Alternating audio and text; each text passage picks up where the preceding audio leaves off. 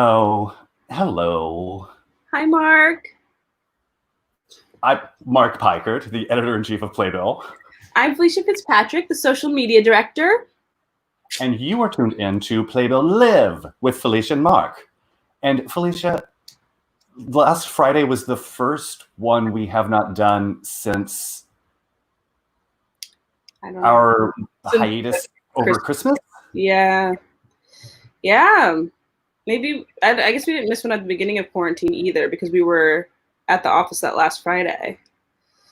No, remember we were already working from home. Oh, no, we were at the office. That last Friday, yeah. But we did like an 11 a.m. one. It was like super early. But if ever there were a reason to not get on and be silly and funny, it was last week. Yeah. Yes. I haven't felt very funny recently. Which is saying a lot because you are always funny. Yeah. Oh, I mean, obviously a lot's been going on, and I think it's just been a good moment for everyone, the theater industry included, to like sit and reflect and think about, what systemic changes we can all make going forward. Racism does not just, no one's immune to racism. So I think our industry in particular, for being so liberal and progressive, like it's a good moment for us to be like, let's hold ourselves accountable in different ways, And what I've been so impressed by is how swiftly so many people have moved to act and to create forums and safe spaces to actually have these conversations and to actually come up with action items to move this forward and actually make lasting change. It's been wild. I mean, I can barely get out of bed in the last 2 weeks. And so seeing what other people have managed to accomplish is inspiring. Yeah. No, there's a lot of good work being done for sure. And you're doing a lot of it, Felicia. Oh, am I? Yes. Yeah, I think, it's the thing with activism too, is like you have to find your lane. Like, I'm not someone who necessarily feels like I'm good at going to physical like protests and demonstrations because my anxiety is intense, but like, amplifying messages on my Instagram or like Playbill's Instagram or writing things is obviously something that I feel like I'm more set up for, like my strengths are set up for that. So like doing the Queer Black Playwrights listicle and all of those things are things that I love to do to help. No, and you're very good at it. And whatever. I'm deep in my feels today because I'm quite tired. But I would talk about other people doing the work. Yes. The Broadway Advocacy Coalition. Yes. Which has been around since 2016.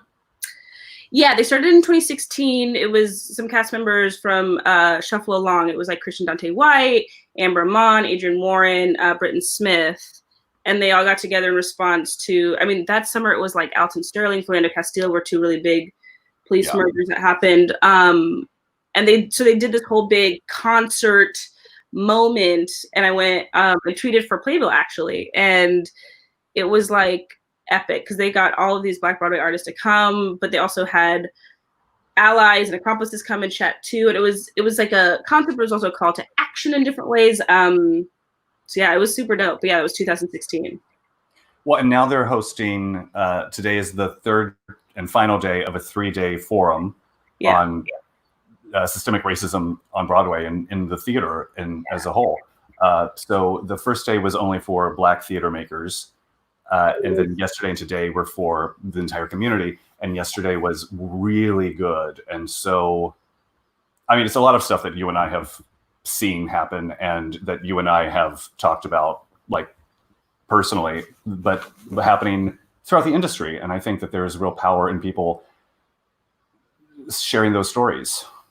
Yeah, definitely. And I love the way they structured it of having healing the first day for Black theater makers. And it was this beautiful moment of everyone coming together. And like, of course, I love a moment that feels like summer camp. So like got on the Zoom, but it was like all these people. I was like, oh, I know him from Austin and da-da-da-da. But then coming together, like holding space for each other in that way was really beautiful. And then being able to say, okay, we've had a moment as a community and now let's go like bigger. Let's go macro, I don't know, and like, you know, talk with people, the white and non-Black people of color in the industry, to say like, these are our experiences. You may not be aware because of your privilege, or, you know, like whatever, like this is the reality of the situation. And so I'm very fascinated to see what happens today in terms of the accountability step. I think it's going to be really interesting and helpful. Yeah. And then I always forget, did you ever actually go to summer camp? So I went to a Christian youth theater camp in 2005. Was it a sleepaway camp or just a day camp? It was a sleepaway camp. Oh. This was after my 7th grade year. We did Bye Bye Birdie, and it was a lot, but it was fun, but it certainly will be a chapter in my memoir. I never did summer camp, but I did do vacation Bible school. Aha. Yes. Where I got beat up. So. Oh no. We'll talk about that offline. That sounds traumatic. I mean, it was fine. Okay. Great. I'm really not maintaining. So anyway, back to actual real events that are happening in the world. Yes. The other thing that I have been so stunned by and so delighted by is the coming together of the Antonyo Awards. Yes. Yeah. Which like seemed as if it felt fully formed after like less than a week of everyone moving for change. And now it's like that huge names are involved, and we have someone working on it today, Alan Rene Louis. Can we bring him on now? What was that? That was like a drum roll, but you already announced his name, so it was like a walk-on vamp, like a. Well, okay, do that, and I'll bring him on, and he can have a walk-on. I mean, he's the musician here, so he's probably like, "What the hell?" Okay. There he is. I'm like, yes, come on, entrance music. Yes, you need some entrance music. I loved it. Okay, thank you. But thanks for being with us today. Thank you so much for having me. Yeah, like Mark said, this I don't know how quickly it came together on the back end, but it was so exciting to see Drew Shade announce the Antonyo Awards. Absolutely. It felt like something that, you know, has been long awaited. Like, I feel like people were really waiting for something like this, you know, where we can really celebrate, you know, our Black artists, you know, in this community. And so it feels like the perfect time to have this celebration for sure.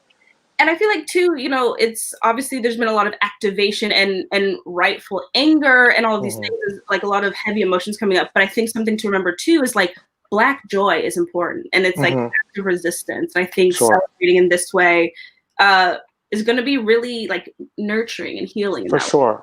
Absolutely. So how did you get involved? Like, how do you know Drew and everything? So I met Drew not too long ago. And you know, when he was, you know, mentioned that he had this vision for, you know, this award, you know, gave me a call, and I joined the team, you know, and here we are, you know. So yeah. And you're doing new arrangements for songs and also some original songs for Yes. So there is original music and arrangements of, you know, a lot of, you know, theater music that we love. So yeah, there's a lot of exciting things in store for everybody. Are they going to be performances of the shows, like the nominated shows, or is it spanning a bigger? So it really is. It's just celebrating theater, you know, and theater music. So you know, all the songs that are being performed on this night will not be just of, you know, nominated shows. Yes. Okay. So I don't know. My like drumming vamp could kind of handle, but I don't know. That's good. How, like music in terms of arranging and stuff. So what?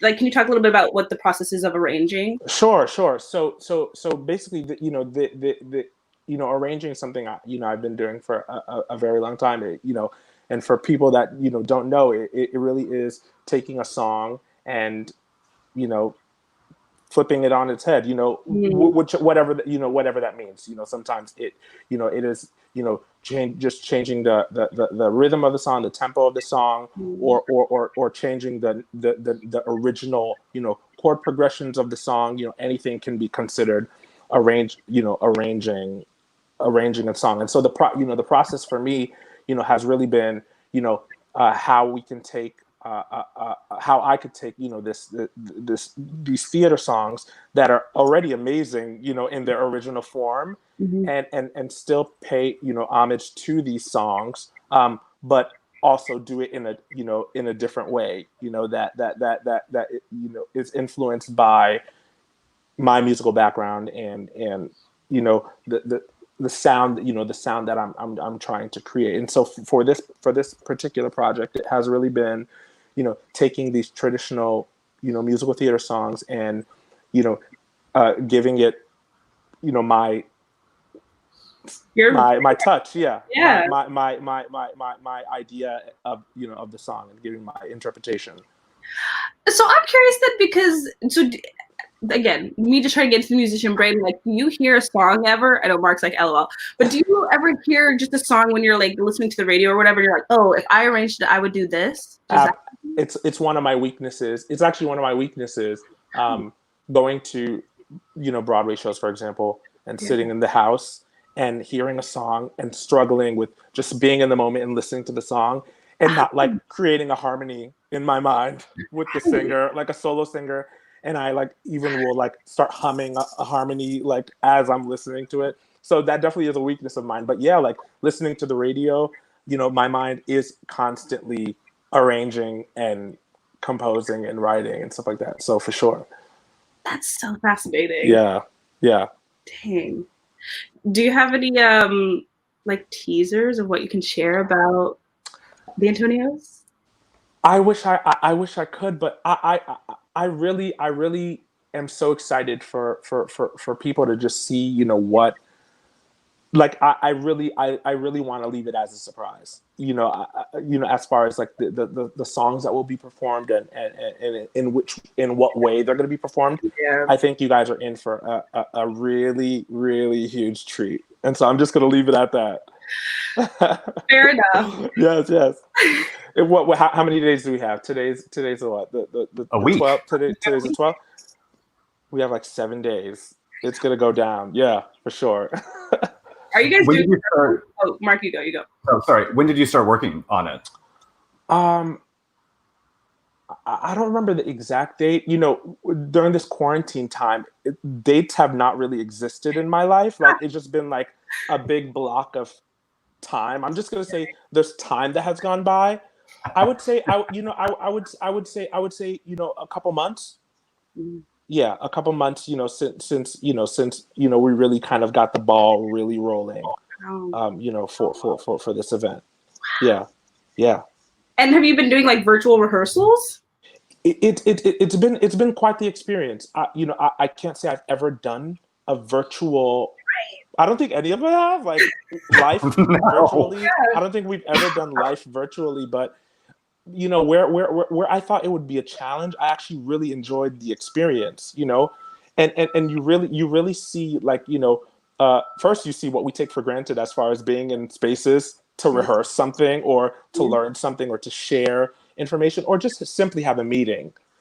Just being in person with people is something that's major, but for this experience, it really has been, as far as my job goes, it really has been, prepping, doing the pre-work to make sure that the singers and the performers are the most prepared to do their job. And so it has been a lot of,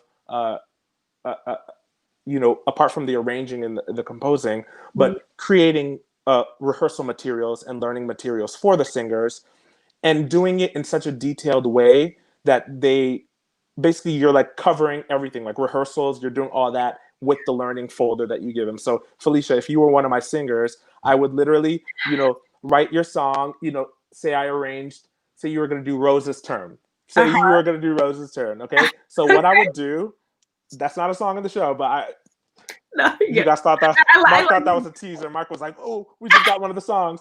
But say, you were doing Rose's turn, I would literally make your materials and be like, okay, since I'm not going to be able to have a rehearsal with Felicia, let me, create a demo for her of the arrangement, create, a plunk thing so she can hear it, like give her as much material as she would need, that she would be good without rehearsal. Like she would just be able to get it done and learn it and do all that. And so basically, rehearsals weren't really a thing, but having them ready and making myself available if you had any questions to kind of like reach out and stuff. And so it's been quite the experience, but it's been, very fun. Very fun. Felicia, is this the moment that you want to take to announce that you'll be performing on the awards on June 19th? Yes, Rose's Turn, starring Felicia, arrangements, musically directed by Alan. Yes, tune in, everybody. That's going to be the after show, right? Yeah, yes. Could you encore performance by Felicia? Thank you. If I could sing, I would be there. Everyone can sing. You know what? I need to do that. Use your voice. The world needs it. Oh, that was beautiful. Yes, I just always like a pitch is a little bit off, but like if you got something to say, pitch doesn't really matter, I guess. Sure, absolutely. I've heard you sing Hairspray at the Townhouse, Felicia. I don't know what you're talking about. That wasn't me. Let's get a little taste of it. Okay, I mean, I just was like, "Good morning, Baltimore." I'm so bashful. No, you are in tune, and that's all we need. Yeah. She was belting to the gods at Townhouse. When you have a little bit of liquid courage, it's different, Like true, I don't know. It doesn't matter. It can be in the center, a little off. It's fine. It's fine. You got something to say? Say it. There you go. Say it. Well, on top of all of this, Alan, you also had the Ben Platt special come out on Netflix. Yes. That was exciting. That was exciting. Yeah. So I was a part of the Sing to Me Instead tour with Ben Platt last year. And the end of the tour, I would say, was the Radio City Music Hall performance. And that was a Netflix special. So that was really exciting. And that came out May 20th, last month, if I'm not mistaken. Yeah. So that was really exciting. Yeah. Was that your first time playing? Oh, you go. No, you go. I should say, was that your first time playing Radio City, or was that was my first time on the Radio City stage? Yes. Very cool. Yes. Cool. It was quite the experience. I bet. Pretty amazing. Yeah. Wow. And after all that touring too, how exciting to come back to New York City and be Sure. Yeah, we had one of our stops. If I'm not mistaken, I'm probably getting this date wrong, but I think it was March 14th. We were at the Beacon Theater in New York. Oh, yeah. And then we went back out again, and then we came back, and then New York was like that final stop, after, a little break period, and then we did the Radio City show. And so it was definitely nice, performing for everyone across the country, and internationally, we did go to London and we did go to Canada, but then coming back and, performing for family and friends, that was really, really great. Really great. Did you have any favorite spots like along the tour in other cities that you loved? Favorite spots? Yes. And unfortunately, it wasn't related to music. The reasons for my favorite spots were because of the food. I'm a huge foodie. Okay. And so, the shows were the same. Shows were incredible every night. The audience, the crowd, like the people it was just, amazing experience. However, the cities that we went to, I would probably say Toronto. Toronto, it was pretty awesome. The food spots were amazing. I think that was definitely my favorite spot. Well, Felicia and I have not asked this question recently, but I think it's time to bring it back, Felicia. What is your go-to chain restaurant? Oh, such a good question. These are our priorities, Alan. We got to know. Go-to chain. Ooh. Okay. I'm going to have to say... chain restaurant. There is a correct answer. There is? Okay. Pressure is on, Alan. Five Guys. Okay, that's cute. What were you guys thinking? You guys were thinking Chick-fil-A? Well, but no. But we were saying like, a sit down chain restaurant versus like. Okay, like not like a food spot. Sorry. Right. Okay, I missed out that. Okay, sit down chain. This is hard. It's okay. I mean, there is a right answer, but there is no wrong answer. Do you know what I mean? A sit down chain restaurant. I don't want to give examples, but should I give examples? Yeah. Like Olive Garden, Applebee's, those kind of vibes. To be honest, I've actually never been to Applebee's or Olive Garden. Oh, when quarantine is over, we're going to Olive Garden. Okay, let's go.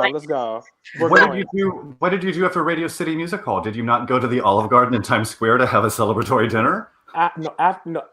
After that, we went to the after party. Yeah, we went to the after party. Yeah, I guess to answer the question, I don't think chain restaurants. I don't like. It's okay. Yeah, it's because I feel like I think food spots. When I think of food spots, that like don't require sitting down and like sitting down eating. Right. But chain restaurants, I can't really think of any. I think I feel like it's a. What's the right answer? Chili's. I've never been to Chili's either. Oh. Felicia, oh my God! I think you guys are my two best car. friends. Mark and Felicia. We're going out after we this. We must. We're gonna just get a chain restaurant. And we're gonna do a whole chain restaurant tour. Okay. Let's go. Just like singing instead, but it'll be chain restaurant. I feel like what? Sometimes like I feel like what everyone else is doing in the world. Like I'm always like behind. Like I'm one of those people. Like I'm one of the people that like I feel even embarrassed to say this now, but I haven't seen any more than the first Harry Potter movie. I haven't seen Lord of the Rings. I haven't seen any Star Wars movies. I'm just not. Okay, so I feel like there's a lot of things that like everyone does that I'm just like, I haven't. And I guess these chain restaurants just triggered me, and I'm just like gonna go cry after this interview, but that's all right. Oh no! It's okay. It's gonna be an opportunity for us to, show you these places. Beautiful. It's good. Yes. A learning, growing opportunity. I love it. And we can talk about not watching Star Wars, Lord of the Rings, or Game of Thrones for me. Yeah, no, I didn't watch Game of Thrones either. Nope. No. Did you guys watch How to Get Away with Murder though? Yes, but I'm not caught up. Okay, get caught up. Ooh, Live your life. Get caught up. Does it get even more intense? It gets intense, and then it's the ending is so sad. Like I think I was satisfied. Some people weren't satisfied with the ending, but I felt like it came to a close. Okay. And there's some questions that are like not answered, but like it's still, you felt like that completion, which was, and Viola Davis, she's gonna kill it at the last episode. So you should definitely catch up. Okay, I've got my assignment. Yes. Absolutely. Oh, that's so wild. We are running out of time, so before we say goodbye for this week, Alan, where can people follow you on social media? You can follow me at I am Alan Louis, ALLENLOUIS, on Instagram, and you can follow me at Rene Louis on Facebook and Twitter. I am Alan Louis as well. Follow me. I think I'm pretty interesting. I'm about to, yeah. And where can people tune in on June 19th? So YouTube will be the main platform. I think that's the only platform. I hope I'm not mistaken by that. But YouTube is definitely the one that's being advertised. So definitely YouTube. I encourage everybody just like let your people know, friends and family. It's really going to be an amazing night. We worked very hard on it. The team has been incredible, and it's just going to be a huge celebration, of Blackness and Black art and and Black culture. So yes, for sure. I'm so excited. And immediately afterward, Felicia will be going live on her Instagram. Yes, everybody go to Felicia's Instagram concert for her curated concert of the big Broadway numbers from a parking lot of Chili's. Okay. Exactly. Actually, Felicia, I love this idea. If you went live at 11 o'clock and sang only 11 o'clock numbers. Actually, it's a fun concept. Alan will be in touch for arrangements. Let's do it. Music directed by Rene Louis. I love it. Yes. And as always, you can follow me at Mark Peikert, and you can follow Felicia at Felicia Nicole 86. And thank you guys so much for tuning in. Tonight on Playbill and Playbill's YouTube, we are live streaming, live reading, reuniting the original Off-Broadway cast of 1 and 2, which is an incredible play that was at the New Group in December, right, Felicia? November, December. Yeah, that's followed by Gagne Our Love.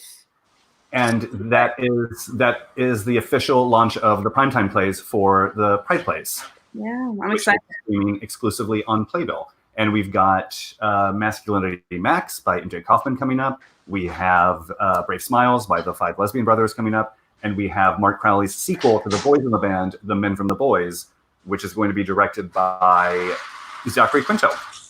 And all culminating in the Pride Spectacular concert on Pride Sunday, which is going to include John Cameron Mitchell. We love Michael R. Jackson. Yeah, MJ Rodriguez. Yep. Caitlin Kinnunen. A lot of people, and a lot of people that we have not yet announced because they're too secret. So lots of great stuff coming up on Playbill, so check us out. And thank you so much for joining us today, Alan. Thank you so much for having me. So much fun. So much fun. Yeah. I'll do some extra music. Bye. Bye.